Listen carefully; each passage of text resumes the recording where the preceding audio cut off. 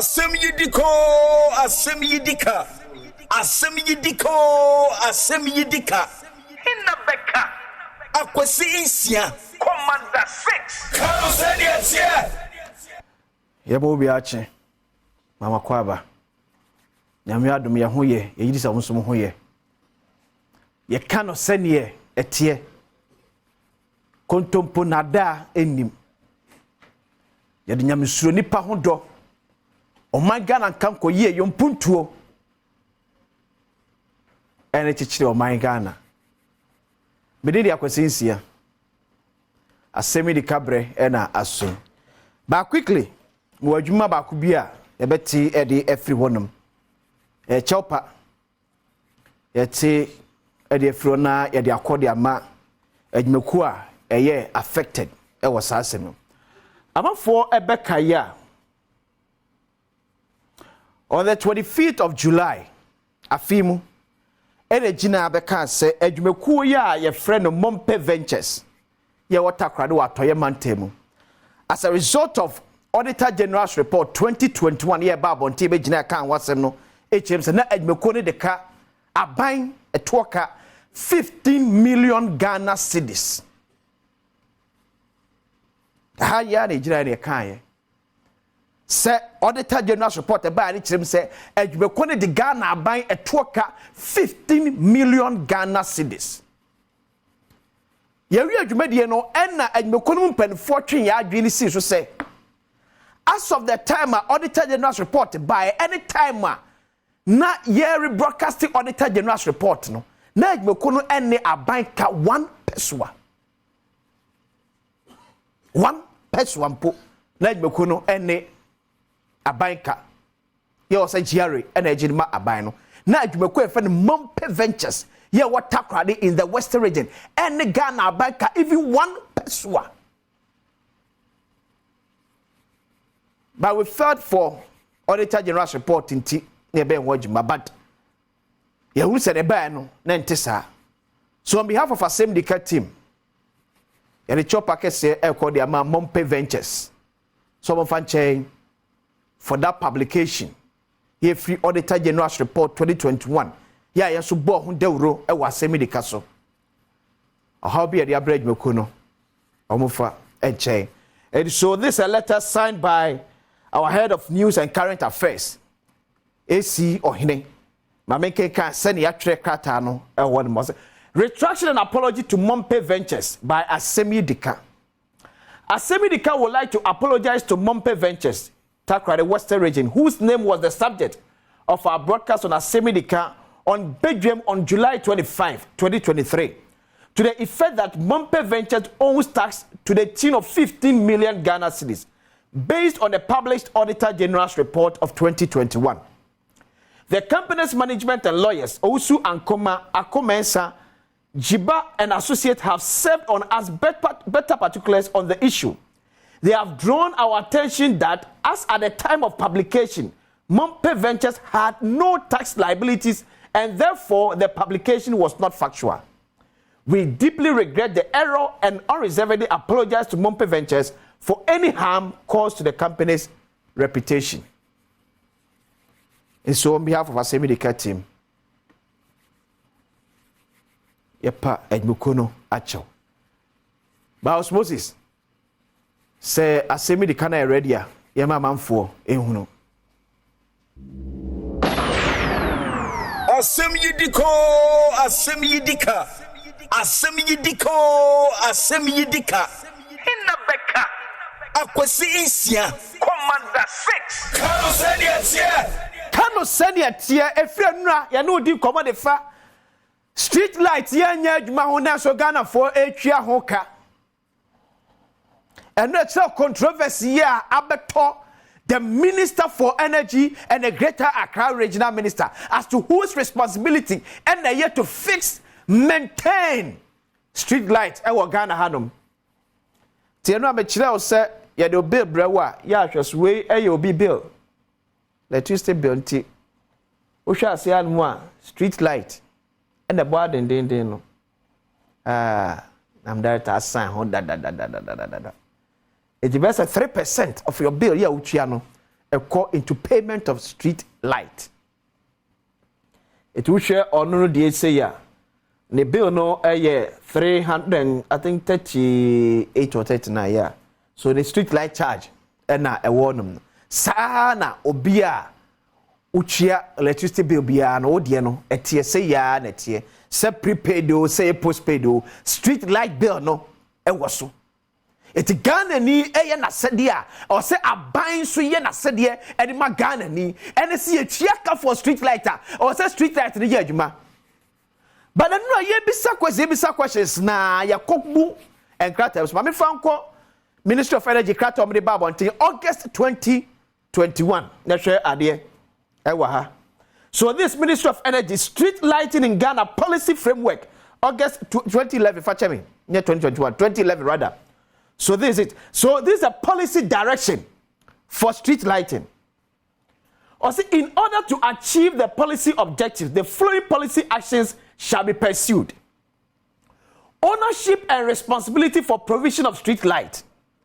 In accordance with the provisions of the local government, that Department of District Assemblies, Instrument 2009, LI 1961, MMDS are responsible for the development, installation, ownership, and maintenance of street lights throughout the country. It is Asem na Greater Accra Regional Minister Eka say the Energy Minister will fix street lights for Ghana no per this policy enya no correct. Per this policy framework by the Ministry of Energy you published in 2011 no enya no correct. LI 1961 Eka say nipa ye na sedie to one, develop, install, own, and maintain street lights throughout the country and your municipal metropolitan district assemblies. So maybe the Greater Accra Regional Minister, you've been part of the assembly as an ex-official member. Now we'll try to be an overdraw who kakra and the Efrimu, but no crime you said, and your assembly no asadie. To make sure that street lights are enya juma no enya juma because the Josika ye demand the district assemblies. Why are our street lights not working? Why? Adeni street lights no enya juma. But ye ji ho to. Me se Ghana ni na entria na to a enke dia police for ne soldier for esano. Adena Ghana ni ye na sedia. Sebio aban so fulfilling the part no eye difficult. Who will fight for the ordinary Ghanaian? Yetria enso yehunu. Adenti no semitria street light bill. But me namwa street light ni honom. What should happen so? It's a Greater Accra Regional Minister. Other regional ministers, MMDs, Sikano way, Sikano away. Say aban for Sikano mamwa, mama young will say central government and first street diabono and for mamo, yet the year for mamo. Commander Mekato said 2018-2019, Sikanku abanya from street light bill no kwano, netom 273 million Ghana cedis. That's 2.7 billion old cedis. Why are our street lights not working? I don't know more charging some street light. But be a street lights come econo. I'll see who. Say what central government, say what energy ministry, say what ECG for, say what district assemblies. Yeah, besides say street lights can you know why one echo? Why one echo? Street lights can why one echo? Tell us. Let us hold those people accountable. Yes, the policy framework tells us we need also maintaining. But who takes the money? Who takes the money? 3% on our bill now year for street light no says the calico ho. We need to know. Energy minister, it's your ministry and I'm going to start policy framework in Ebaye. And I'm watching the part of maintenance. But who received the money? Who? Street lights the kind of way your bills so why energy? Why? Why energy? Ye timi ntwe sika ne ehunu ba bi sika ne ko wa bra ye kasa so no ne o se dis career so no ye fa nye eno na mo nkra kuma se takwade mia hodu a eye sum ba ya charge me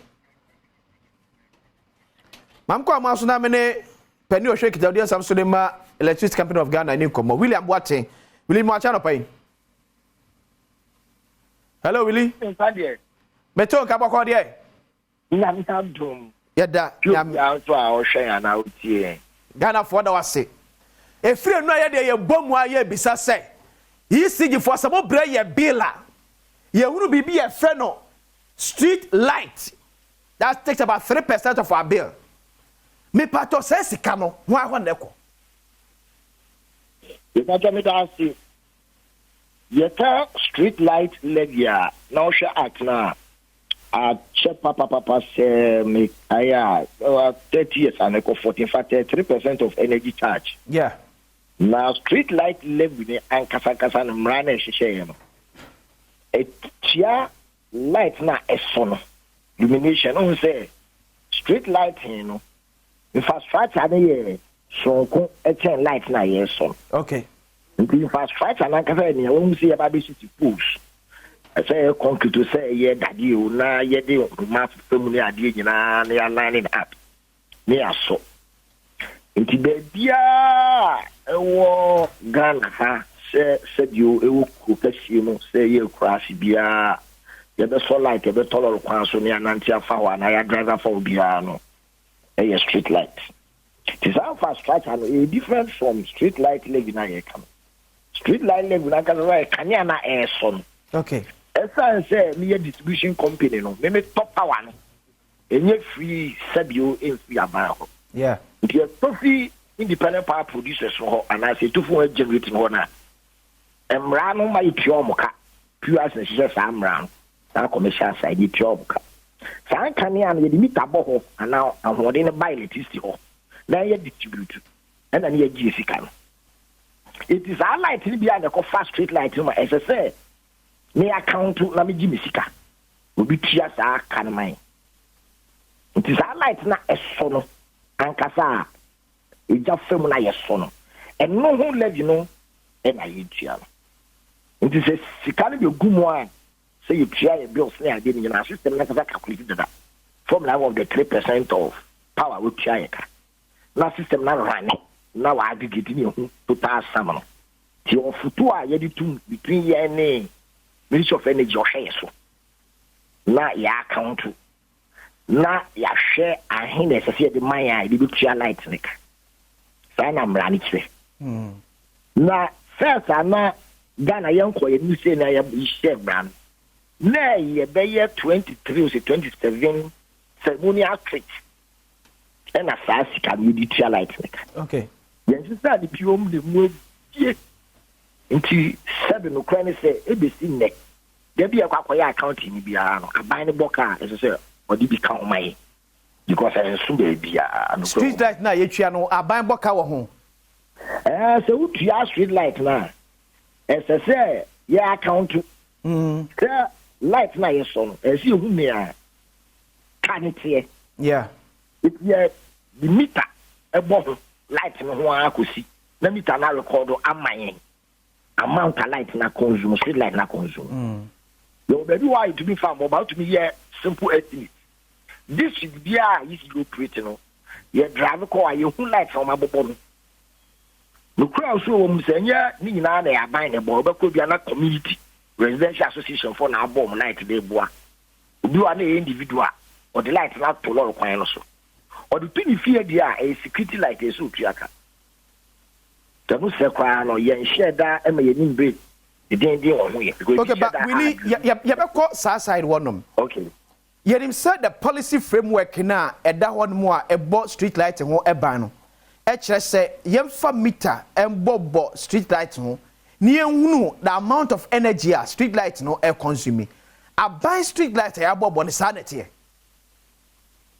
sana mrade kire nti sana ye di adwuma sana really yete street light na ye di meter bo ho ye di bo ne ye accounting no a na ye ne aban na transe ne ahwe ne a esa ordinary de ma ne nyonko sa balance atin bebem okay the credit and debit ni ne Ghana for the person ehunu nyina ne say ye de ese sika ne su o sensu mu na ma calculate na mo de abrɛ see you share 3% of our energy consumption for street lighting Ghana ni a okɔ ECG atena ye ekotwia say ye postpaid say ye prepaid etwia saade no but onam nkrane ne potamu a esum na wonam why na edge says sika no why na ba be fixe the street light e de ama no and I make sure say so ba me master electricity company of Ghana sa emrana o share ka street light living no yeah e lighting no kane na ho ode na aso na eja na efemu na me ni tuaka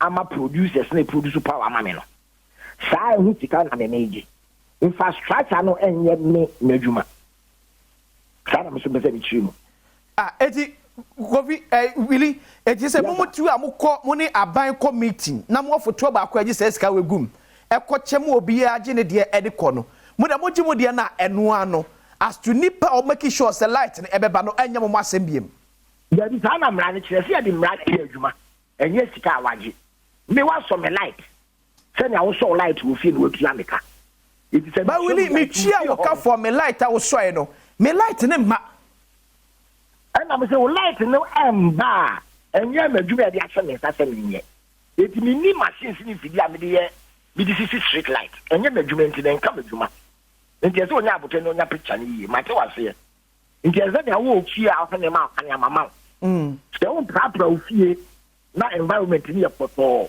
na yare ni kola na ade aye wo adwumaku a wo a no so hwe so no be sure se we di ofie ni okay nti bi de me light na me de aba undi fie ni na wa yepoto a wo na ese o hwe na mra adwumaku a hwe so no yeah environmental and sanitation authorities mbeba okay but who say na make can say for street light no say enye near ya consume and say consume you we are paying a flat rate say seminam ebia se mu street as ma ehunu me 3% ni de me pomimpo metwia enye konya concern fama ECG say at least yes you just say the frama for nchen we should know or see any other agencies they collaborate to make sure say the service now people are paying for no o menya collaboration no dey say oh nti be yi no so free no say you wie kwan na me hu see a year repair works we twama okay who be bi no mo so me so my driver fa na light so I started so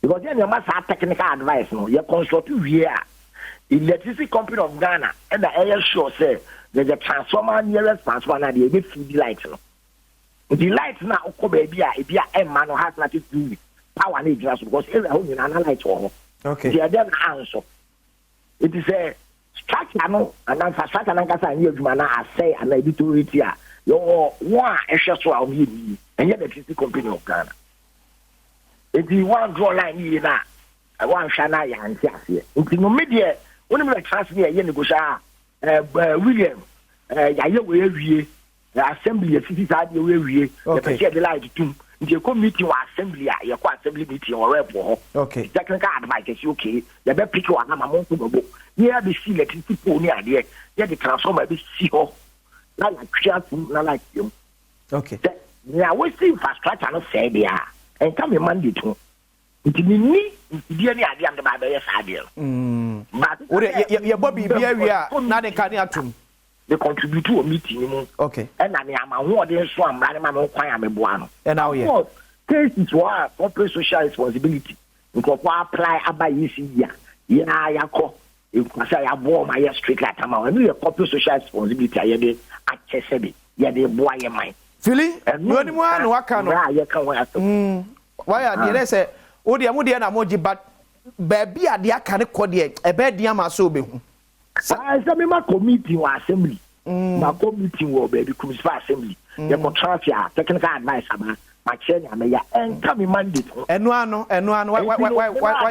why you there ma ya be transformer ready ma ya be pole ready hey let this mama mo dia ya adwuma we wa okay ko twa ya na mo why ne ya ma Mate William Boate Kasama for Edema Electricity Company of Ghana. So we are still asking. It's with us, pa. Yes, street light sikano e wahefa. Yes, street light sikano e wahefa. Asemi edika osmosis.